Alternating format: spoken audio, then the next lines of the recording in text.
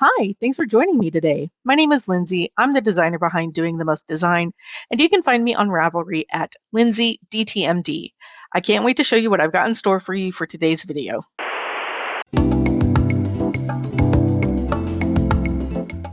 I have completed the 6-stitch repeat all the way around for this transition round, and as you can see, my entire work is alternating between main color and contrast color.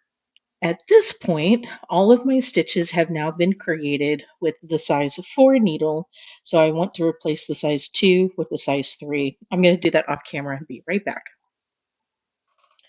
So I've swapped out my needle for size 3 on the left-hand needle, and I have a size 4 on the right-hand needle. At this point, I'm hoping that if in the transition round you were regretting your life choices because the brioche knitting was very tight, I hope you see how much more comfortable and loose the double knitting is now. As I mentioned before, when you are looking at your work, you will have double the number of stitches per round that you are actually looking at when you look at the hat as a final product. But here, because we are doing just regular stockinette stitch in a solid color, what I mean by that is we're not doing color work, I will have main color, contrast color alternating all the way through this round. At this point, what we're going to do is knit around and do 4 total rounds in just this stockinette stitch double knit. Every single round, we should have this same alternating sequence of main color, contrast color, main color, contrast color. And we are also going to be knitting in just a straightforward double knit, which is yarn in back, we knit, yarn in front, we purl, yarn in back, we knit, yarn in front, we purl. So I'm going to show you what that looks like here in just a moment. If you do want some extra height on this hat, this is really the only place for you to introduce that while staying true to the rest of the color work and the decreases for the hat. So originally, if you only do 10 rounds for the brim, I would say on average at gauge, the hat is going to be 10 inches from brim to crown. If you want a little bit taller of a hat, then this is the place where you're going to start adding just a couple of more rounds. I don't know how much deeper you would want to go with it, but that's up to you. It's your hat. Have fun with it.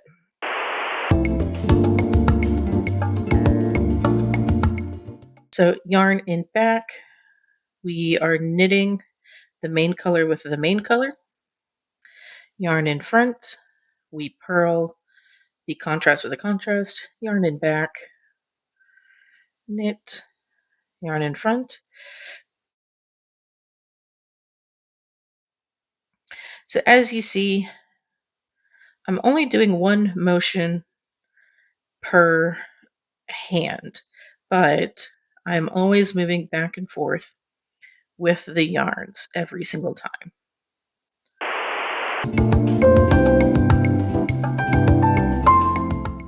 So as you can see here, I have knit my 4 rounds in my double knit after making the transition from brioche knitting. Here's my transition round, and then here is my double knit round. On the outside fabric, I have nothing but knit stitches, even though I have been doing knit, purl, knit, purl, knit, purl, while moving the strands back and forth in front and behind the work. And then here on the inside, I have nothing but knit stitches as well, but they're all in my contrast color. In the demo hat that I've already made, we can double check that we have knit the correct number of stitches. So this first knit stitch right here is actually the transition round. So we will count 1, 2, 3, 4. And let's see, right here, this is my first transition round. 1, 2, 3, and then 4 is the stitch that is on the cord, the live stitch. So at this point, we can then move into the pattern itself for the snowflake motif. And then as a reminder, the snowflake motif is the exact same for every single size, but this sort of filler motif in between changes based on which size you are making. Again, the PDF that I have created, you do not have to read complicated charts in order to see the differences between the motifs. I have a drop-down menu for you in the PDF. So once you've selected that, you will only look at the charts that are relevant for the size that you are making.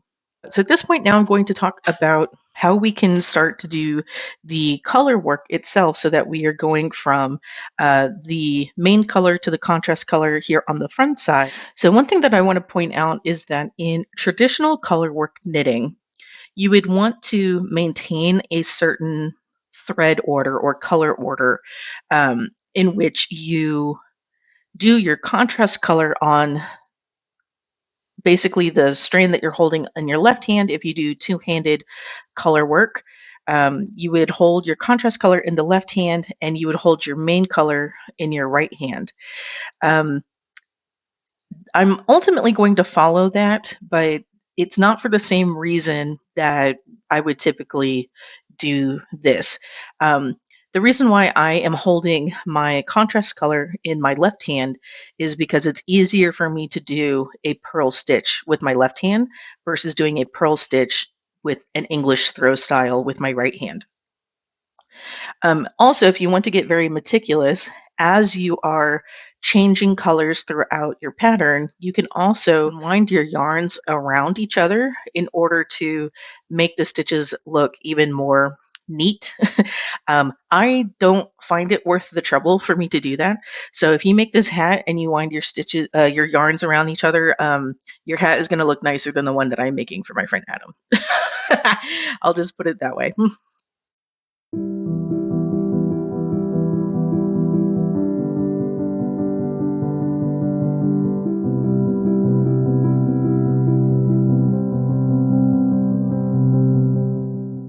So I have my strands in the back here, and this next stitch that I'm going to knit, instead of picking up my main color, I'm picking up my contrast color. And so now I have these two stitches side by side like this, moving the strands in front. This next stitch, I'm going to purl in my main color and then move the strands to the back. And now we have reversed that order. And it's at this point when I talk about maybe winding your strands around each other. This might be a place, for example, where I want to wind my main color under my contrast color so that we are really kind of locking in the tension of that strand. Instead, what I would prefer to do is just maybe tighten up on these stitches. Not tighten up on them so much that I still cannot move my needle through them, but tighten up enough so that they're not looser and floppier than the stitches surrounding it, which can result in basically if you knit it the way that I am knitting it right now. All right, so let me continue on with my pattern. And now what I'm doing is I'm pausing to go back and count how many stitches that I've done in the double knitting. And if you're looking at this big row and you're like, oh, where do I start counting? Okay, well, right here, this is the first inconsistency that my eyes fall on. In short, all I'm doing is I'm looking at this in such a way that I kind of go cross-eyed and then I just wait for something to pop out to me. So here, seeing these two contrast colors side by side now tells me that these two stitches are where I changed my color pattern. So I then move over from there and I start counting and I make sure that my main color is the right hand stitch for the rest of the pairs. So I want to double check how many stitches that I have completed. 1, 2, 3, 4, 5. Okay, so I should have 11 stitches double knit that are in this background color scheme, which is going to be main color in front, contrast color in back. I'm coming back here to where I see the two contrast colors side by side. And then I'm going to start counting from where my knit stitch becomes my main color one more time.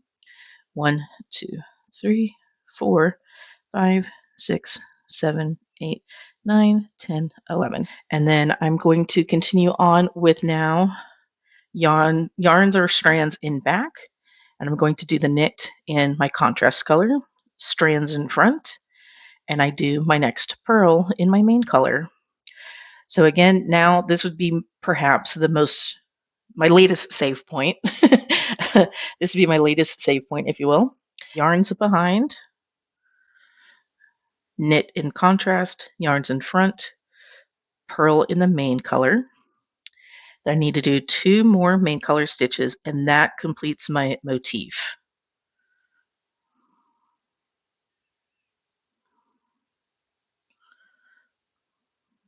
All right. At this point, I want to place a stitch marker, and so I will use this one here, and I will repeat this motif 2 more times around this round. Thanks for making it to the end of this video. If you have not done it yet, hit like and subscribe so you can be notified when I put out more content for you. I'd love for you to connect with me on Ravelry at Lindsay DTMD. Check out my link tree for a collection of my projects. And if you're able to, leave a cash tip for me at my Ko-Fi page. All links are in the video description below. Don't forget to be kind to yourself as you learn, and thanks for spending your time with me. Bye!